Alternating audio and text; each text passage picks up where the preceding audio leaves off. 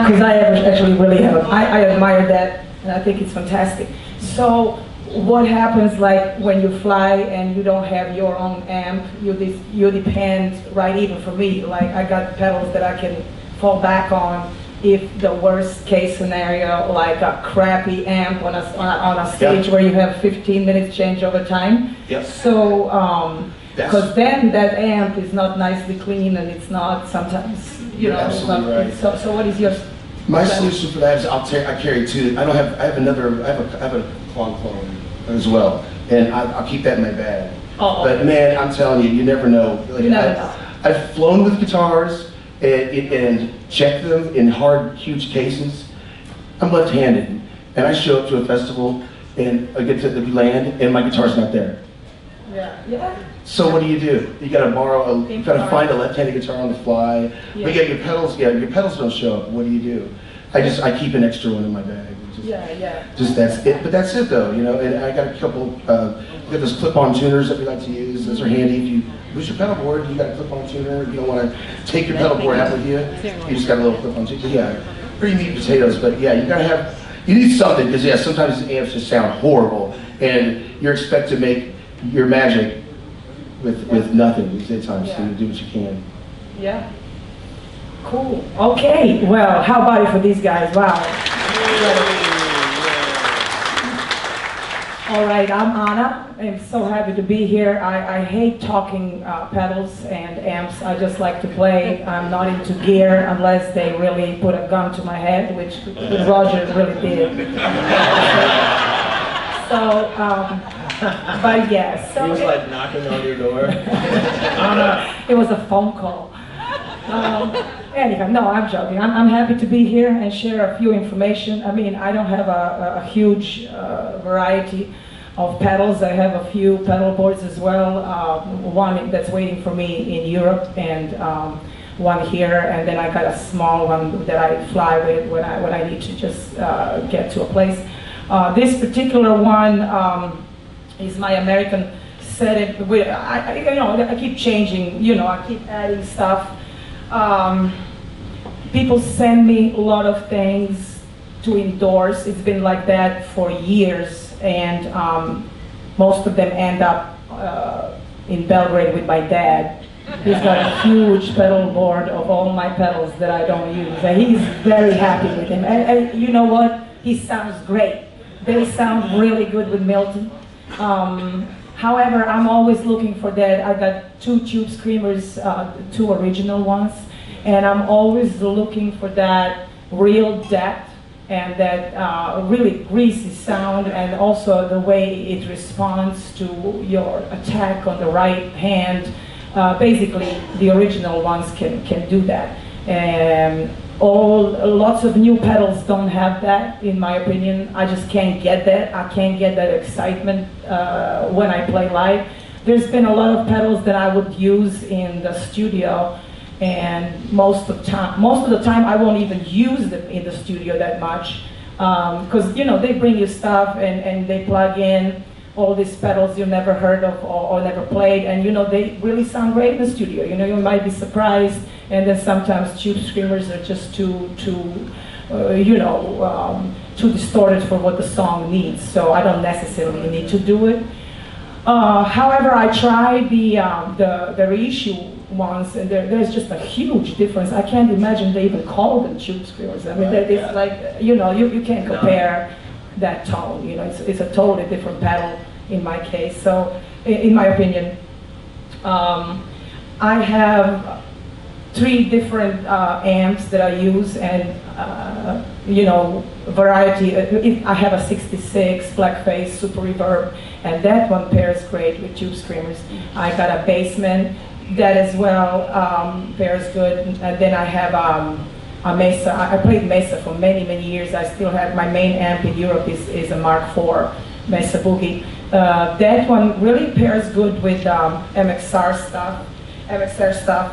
Dunlop distortion, super badass distortion that I have, and I combine it with tube screamer, or I have a few pedals that are different in Europe that I combine it with California Tweed, Mesa Boogie amp, and Mark IV and Mark V So, you know, depending on an amp, I will use different pedals.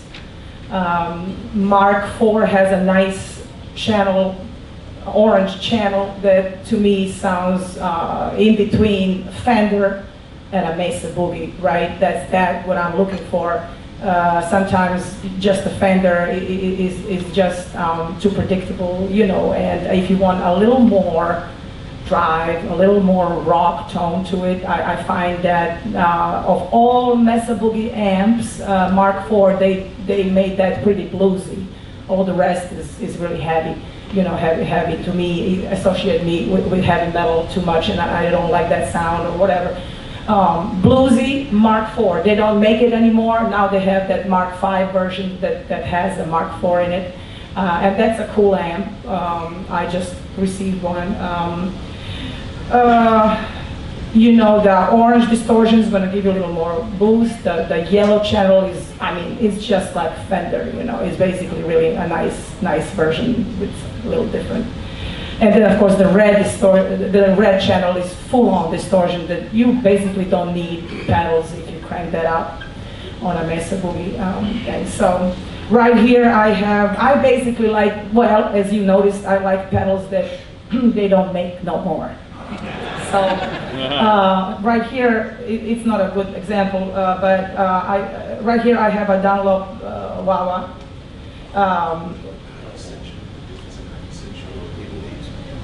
Sure, I can do that, yeah. Right here I have a Dunlop wah-wah that I'm using as well, and it's a wonderful pedal. I like Vox wah-wah very much in my other pedal board. It's a Vox one with a British flag, and I've been in love with that pedal ever since I tried one. They don't make it anymore, so wherever I find it in a music store, in a store, you know, music equipment store, I buy one. And I even buy them broken. I like them that much.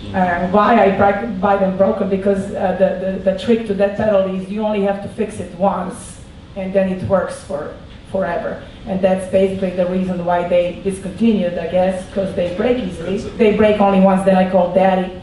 Daddy comes over, he fixes my pedal, and it's done, right? So, British flag, Vox wah. I got 2 tube screamers. I got a Chorus CE2 that I really like the most, and it's the, they don't make it anymore. It's the 2-button version. It's really pretty, you know. I really don't need anything else than that old school Chorus.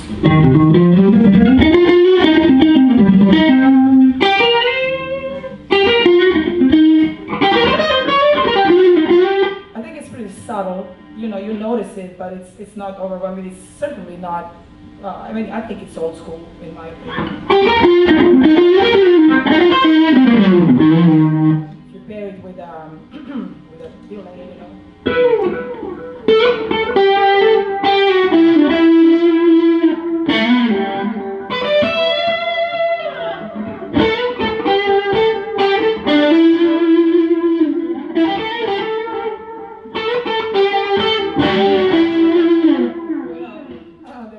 That I use in Tribe often, that combination, a song called Tribe.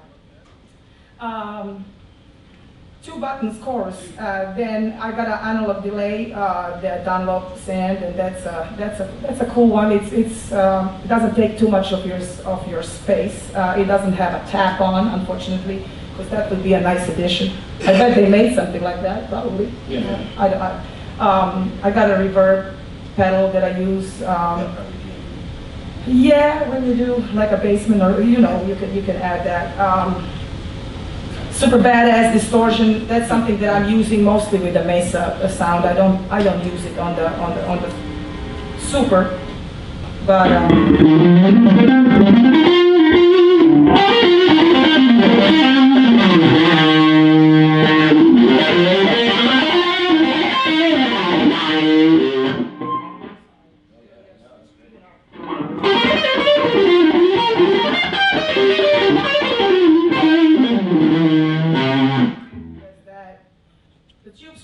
I usually use the overdrive all the way, and then the other 2 buttons are like 10 o'clock. This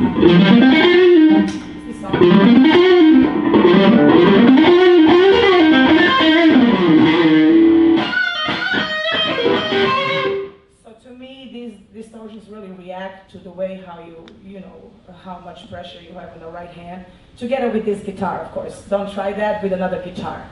So this is my 64 Strat, and I'm in love with that guitar. You know, I'm not a collector. I got only a bunch of guitars, not a whole lot. I have a 57 reissue maple neck that I use. I got that from, you know, my parents when I turned 18, and it's been with me on every show ever since. Most of the shows, obviously. It's now in Europe, but I got a white version here, also reissue 57.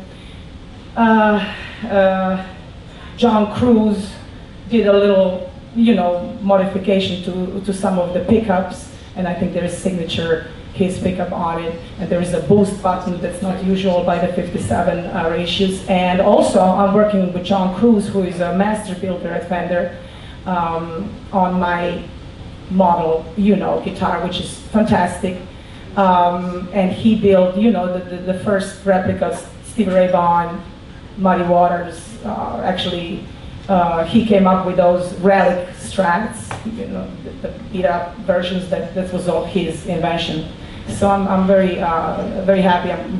We are working on it already, so that's going to be great. But as with pedals, I'm not a collector, so there's a lot of people send me guitars or want to build the guitars, and I'm just really happy with the 64. I think it's got a big depth. It kind of responds. It has a life of its own, this guitar, and you know, when I first got it, I think I had to spend a few months just trying to tame this guitar. You know, it was a wild guitar, and it's been lots of inspiration ever since. You know, that's my main guitar, so those pedals kind of work with my Strat. Yeah, I think I covered most of the stuff I'm going to say, unless you guys have some questions.